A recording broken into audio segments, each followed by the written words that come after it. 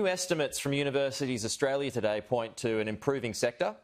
$1 billion in cash of an injection means an expected revenue fall of just $200 million this year, which is far smaller than the $1.8 billion that the sector suffered last year. So you must be pleased to know that it is not as bad as it could have been. Well, Pete, I really don't agree that it's not bad. It's actually tragically bad at the moment. The university's lost $2 billion last year. They're set to lose about $2 billion this year, and they've got $1 billion from the government for 1 year. What this means in real terms is that more than 17,000 people lost their jobs last year in our university sector. That's in our big cities, but it's also in our outer suburbs, it's in our regional communities. Those 17,000 people lost their jobs because the Prime Minister was too stubborn to allow universities to get access to JobKeeper, even when it became apparent that they were absolutely bleeding revenue because of course, international students are such a big part of university life today.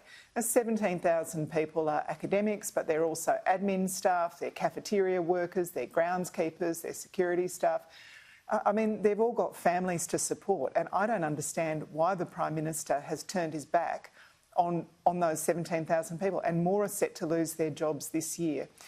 Also, when you talk to university students, they'll tell you, you know, it's not the same quality of education. The universities are really struggling to give them the subject choice and the attention that they need to get a good quality education.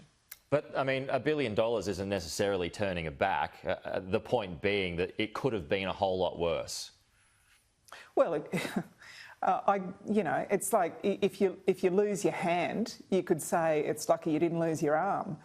It's not good enough when 17,000 people have lost their jobs. We're relying on these university researchers to get us through the pandemic. We're relying on the epidemiologists, and we're relying on the computer programmers and the engineers and the nurses and others to protect us when we get through the pandemic as our economy recovers. We've got skills shortages in a whole lot of areas that we're not training Australians for. We know that universities are turning Australian students away because they can't afford to teach them. In the middle of a recession, when we've got high youth unemployment, how on God's green earth does it make sense to turn Australian students away from university because we can't afford to teach them? Yeah. Just makes no sense. A lot depends on the future enrolment of international students. There's going to be an expected push this Friday, as I understand it, National Cabinet, for more pilot programs to return international students. Are you confident that that can happen? Look, I think the first and most important responsibility is getting Australians home. The Prime Minister said that they'd all be home by Christmas. Sadly, that's not the case. There are still more than 40,000 people on waiting lists to get home. They're desperate. I mean, I talk to people overseas. I talk to their family members in Sydney. You've got people who've bought five air tickets to try and get home, and every time they turn up to the airport with their bags packed, flights cancelled. This is a very desperate situation for Australians who are caught overseas. But when we successfully get those people home, I would love to see international students welcomed back to Australia. This is a $40 billion industry for Australia. It supports 240,000 Australian jobs. So, of course, when we've got those Australians home, and I've got to say, this is really on the federal government. The states have been doing a lot of the heavy lifting with quarantine. Scott Morrison has to step up when it comes to getting these Australians home. Just on to IR, Tanya, Labor deciding to vote against the government's omnibus bill. My question is, if this happens, aren't you just voting against changes that Labor and unions sought? No, not at all. We're voting against lower wages and making it easier to sack people. And we were absolutely up for a conversation about more flexibility in our employment relations. But that flexibility isn't code for just cutting wages and making it easier to sack people. What worries me about this legislation is the government using COVID as cover to do what they've always wanted to do. Right back to the old days of John Howard and work choices. They want to make it easier to cut wages and sack people. They're using COVID as cover to do it. We're not going to be in that. It's so important in an economic recovery that people are confident about their work, that they know that they'll have a job next week and next month, and they've got the extra $5 in their pocket that means that they feel fine about stopping to buy a cup of coffee on the way to work or taking the kids out for pizza on a Friday night. Unless you have decent wages and secure work, we're not going to have a strong recovery. Our recovery depends on decent wages and secure work, and the government's actually doing the exact opposite. What they're doing is not good for individual workers and it's not good for our economy. The most contentious part of that bill was that one key proposal which allowed employers hit by the pandemic to negotiate 2-year workplace agreements that don't comply with the boot. The Attorney-General has already said that the boot exemption could be ditched if need be, so why not accept that and just support the rest? Well, when you're talking about the boot, I think most people don't know what that is. We're talking about the Better Off Overall test. And what the government is saying when they say they want to get rid of the boot is that they want to allow workplace agreements that give people less money for the same work. I don't think that's good for anyone, but the government has gone beyond the pandemic arrangements here. They want to expand that ability to pay people less to other businesses that haven't been affected in the same way.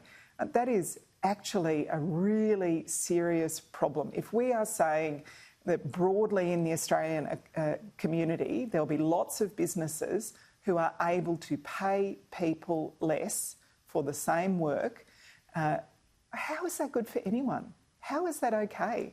And we've got provisions in this legislation that talk about removing penalty rates altogether from lower sort of level managers in retail. So you're talking about someone on perhaps $58,000 a year who's going to lose their weekend pay and their holiday loadings and so on. How can that be good for our economy? That person doesn't have that money to spend creating jobs for other people. We need confidence in our economy. We need job security so people are confident that they can get a car loan or a home loan, that they can support their family in the future. Nobody's going to spend unless they know they've got work. Well, I mean, but my question being, though, that if the Attorney-General wants to cut out that point, why not accept his proposal then and have a scaled-back version of the Omnibus Bill and accept that? Is that even on the cards? Is that an option? Well, we've said all along, if this legislation is good for working people, if it provides secure work and higher wages, we will back it. If the government were really interested in drafting something that provided secure work and decent pay, of course we'd be on board for that. My fear is that COVID has always been cover to do what they've wanted to do all along, which is cut wages and make work less secure. Okay. Tanya, just finally, leadership rumblings within the Labor Party, as you would know, over the last week. Can you guarantee that Anthony Albanese will be the Labor leader at the next election?